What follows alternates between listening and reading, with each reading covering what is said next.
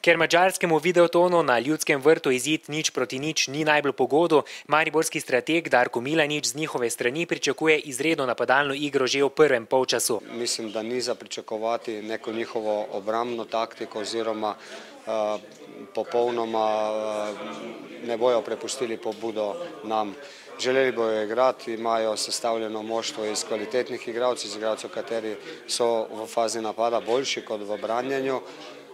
Tako da lih tu vidim neko našo priložnost, kajti ko izgubijo žogo, puščajo kar precej prostora. Mi enostavno si želimo v tej tekmi nastopiti z veliko samozavesti, zelo hrabro, veliko moramo igrati in biti nevarni za njihova vrata. Da bo za uvrstitev v tretji krog kvalifikacij za Evropsko ligo treba igrati vseh 90 minut, se dobro zavedajo tudi igralci.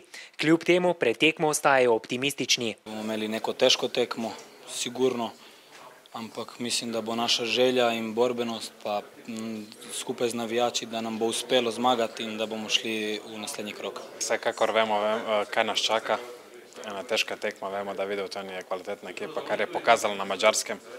Naša popotnica mora biti igra iz prvega polčasa in če bomo to prikazali skozi oba polčasa, mislim, da imamo upanje, da gremo naprej. K sreči ima Milanič na voljo dolgo klop. Poškodovan je le napadalec David Bunderla in na tekmi ne bo mogel nastopiti. Vsi ostali so normalno vključeni v delo. Danes je dobil zeleno luč tudi Timotej Dodlek, tako da razen Davida so vsi zdravi. Kljub temu, da mariborski strateg ne skriva želje po napadalni igri, ta je vijoličaste na Madžarskem krasila predvsem v prvem polčasu, pa se skupaj z igralci zaveda, da bo treba vrste pošteno strniti predvsem v obrambi. To sigurno bo neko breme na obrambo, ampak jaz mislim, da se kar dobro branimo kot moštvo in na to nas je tudi trener pripravil, na te pritiske njihove ekipe, pa tudi na prekinitve, pa na oba velika igralca smo se kar pripravili dobro, tako da jaz upam, da nam ne bodo delali problemov. Seveda pa mariborska enajsterica računa tudi na dostojno pomoč 12. igralca, navijače.